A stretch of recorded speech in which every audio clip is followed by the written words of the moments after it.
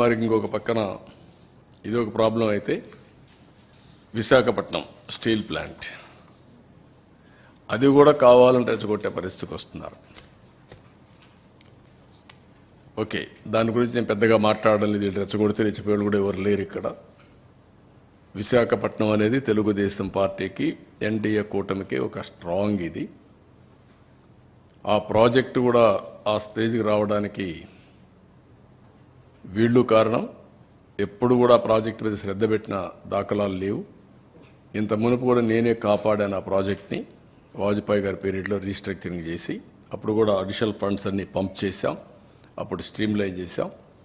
ఇప్పుడు కూడా నేను ఆలోచిస్తున్నాను. మళ్ళీ మొన్నే మాకు ఒక మీటింగ్ జరిగింది. కుమారస్వామి గారు, ఫైనాన్స్ మినిస్టర్, నేను డిస్కస్ చేశాం. ఈరోజు మళ్ళీ ఒకసారి మాట్లాడాను. ఇప్పుడు ఒక కొత్త డబ్బులు కూడా రిలీజ్ చేసి దాన్ని ఆపరేట్ చేయడానికి ముందుకు పోతున్నారు. ఇది అయిన తర్వాత మళ్ళీ ఒకసారి కూర్చుంటాం. ఎంప్లాయీస్ కూడా ఒకటే చెప్తున్నా, అక్కడ ట్రేడ్ యూనియన్ లీడర్స్ కూడా ఒకటే చెప్తున్నా, మనం ప్రాపర్ మేనేజ్మెంట్ పెట్టుకోకుండా ప్రాజెక్ట్ని రివైవ్ చేయకుండా కష్టపడేదైనా ఉంటే technical problems, logistic problems, administrative problems ఉంటే అవన్నీ సార్ట్అవుట్ చేసుకొని బెస్ట్ మేనేజ్మెంట్ పెట్టుకొని శాశ్వతంగా దాని లాభాల బాట పట్టించాల్సిన బాధ్యత ఉంది.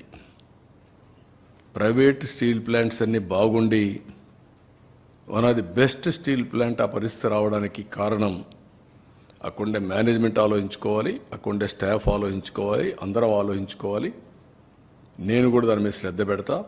విషయం కూడా అక్కడే పెద్దలు ఎవరైతే మాట్లాడుతున్నారో అలాంటి వాళ్ళందరూ గుర్తుపెట్టుకోవాలి. దాన్ని స్ట్రీమ్లైన్ చేస్తాం. టోటల్గా స్ట్రీమ్లైన్ చేసి ఎట్టి పరిస్థితుల్లో ప్రైవేటైజ్ చేయకుండా మనం కాపాడుకోవడానికి సర్వ విధాల ప్రయత్నం చేస్తాం.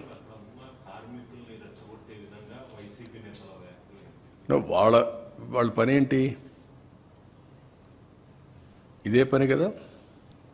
ఎక్కడ చూసినా శవాల్ని మంటేసి చలిగాల్చుకుంటారు. అది వాళ్ళ నేచర్. అది ఆ పార్టీ నేచరే. అది 5 ఏళ్ళు ఎప్పుడన్నా మాట్లాడారా? ప్రైవేటైజ్ చేయడానికి పోతే కూడా ఒకసారైనా మాట్లాడారా? నేను ఆ రోజు పిలిచాను కదా, రావయ్య ఢిల్లీకి పోదాం, నీకు తోడుగా నేనుంటా, పోదామంటే స్పందించారా? అలాంటి వాళ్ళు మాట్లాడడం ఏంటి? బుద్ధి జ్ఞానం ఉండాలి కదా వీళ్ళకు. అంటే ఏమి చెప్పినా నమ్మేస్తారు ప్రజలు అనుకుంటున్నారు వీళ్ళు. ఆ రోజులు అయిపోయినాయి. వ్యక్తిత్వం, విశ్వసనీయత లేని వ్యక్తులు ఏం చెప్పినా నమ్మరు. మొన్నటి వరకు మీరు మభ్యపెట్టారు. మభ్యపెట్టిన దానివల్ల ప్రజల్లో ఏదో చెప్తున్నారు అనుకున్నారు. ఒక్కసారి అన్నారు, ఒకసారి చూశారు, ఏం జరిగింది కూడా అర్థం చేసుకున్నారు. మళ్ళీ ప్రజలు నమ్మే పరిస్థితులు లేరు. ఆ విషయం వీళ్ళు గుర్తుపెట్టుకోవాలి.